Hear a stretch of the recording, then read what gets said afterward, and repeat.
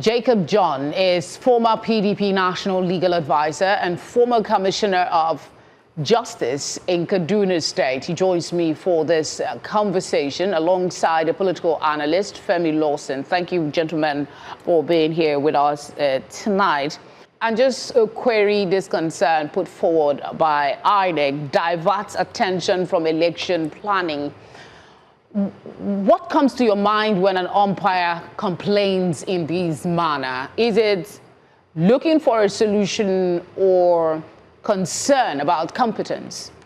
For me, I want to take this lamentation by INEC as one of the failures that we have seen on the part of our political parties because, a lot of times, just like you rightly posited, inter-party disputes among our political parties, in most cases the opposition political parties in Nigeria, has not only become a diversionary issue, a distracting one, menace for the election umpire, but it has also, taken away from the political parties their core responsibilities, part of which is, voters' education, which has now in turn become responsible for the voters' apathy that we're experiencing just, as raised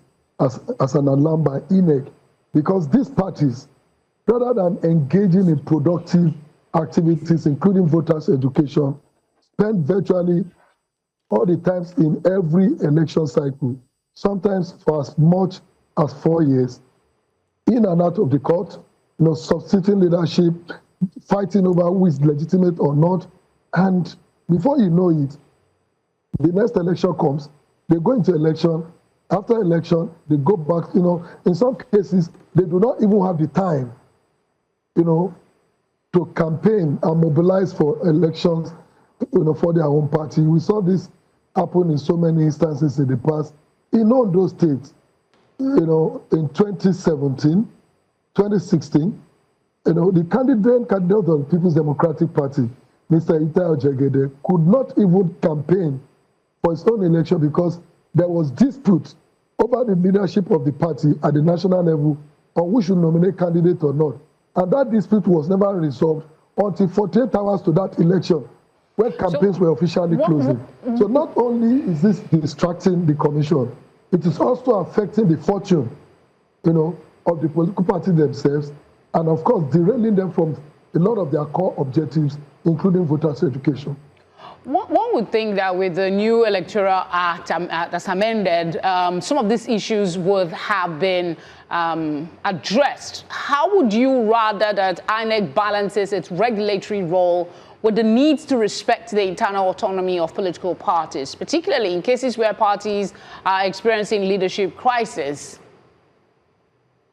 You see, INEC must be very careful by ensuring that it insulates itself from the antics of these politicians. If there's one thing you cannot take away from the politicians, they're always willing to employ any tactics, irrespective of how unfashionable it may look, to ensure that they win elections, and in some cases also truncate, the chances of their opponent.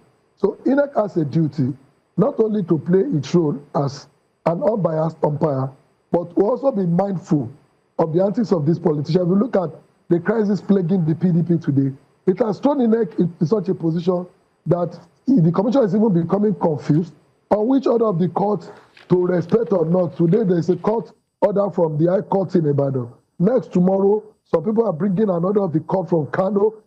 The day after, somebody is in another court. And this is now the point where you also have to interrogate the role that our judiciary is playing in all this. Because when there are internal disputes within these political parties, you realize that these crises are often taken to the court. The court, the judiciary has not also been helping INEC because of the conduct of some judicial officers. I understand we have Mark Jacob now. Thank you for joining us. I'll just put you on the spot and just ask. We just had an electoral amendment done. One would think that some of these concerns about party issues would have been addressed somewhat. How are you receiving this complaint from an umpire? Is it something to worry about, or is it something for us to review the processes in place? Now, let me quickly say that it's quite worrisome that INEC has this issue to complain about, because for me, if I am appointed INEC chairman, I will do my job without allowing politicians to employ the judiciary to harass or discontinue my work. Because what is happening actually in all the political parties is that people who have been unable to take charge of political parties within the dimension and the rules governing the party are found rushed to court and obtain orders that hamper INEC from doing its job. What he was saying triggered a thought for you, Femi. Concerns over the distraction with litigation. Does this indicate, like some are speculating, a lack of adequate manpower, or, adequate manpower really within INEC? And is that indicative of a bigger challenge for them ahead of the 2027 election? No, for me, I don't think this is about lack of adequate manpower on the part of INEC. INEC has been doing its best to improve on the fortune of our election. I mean, I'm looking at what the chairman, they're saying, that it is distracting them from election planning. So when somebody says litigation is distracting them, one would think that perhaps the unit is overwhelmed. No, it's not about being overwhelmed. It's about the legal implication of the actions of these political parties. For instance, if political parties are having issue about who is legitimate enough to nominate candidates or not, or who is the candidate of the party or not. Remember, INEC has logistic issues. It has to print ballot papers. It has to print.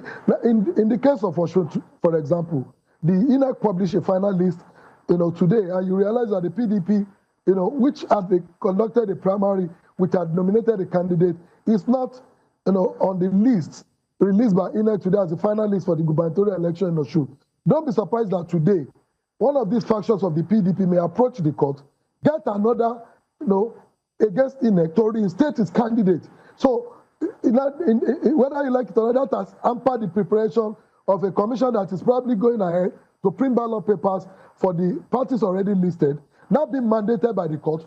So, we have seen where elections have been cancelled in this country because of the omission of candidates of particular political parties, many of which were as a result of one litigation or the other. So it is not because of lack of manpower on the part of INEC. It's about the legal implication, and the legal restrictions that INEC is confronted with by the virtue of the crisis, which are internally of these political parties, but which result often affect the legality of the actions that are going to be taken by INEC, because the INEC is legally bound to obey the law, the orders of the court, and if the orders of the court has to do with situations that will hamper whatever preparation INEC is making towards an election, then the truth is that it has already distracted the commission and it's already hampering the work of the commission. So that is the concern from my view that the chairman is raising. It is not because it lacks the capacity to run through this process, but rather it is being limited and being challenged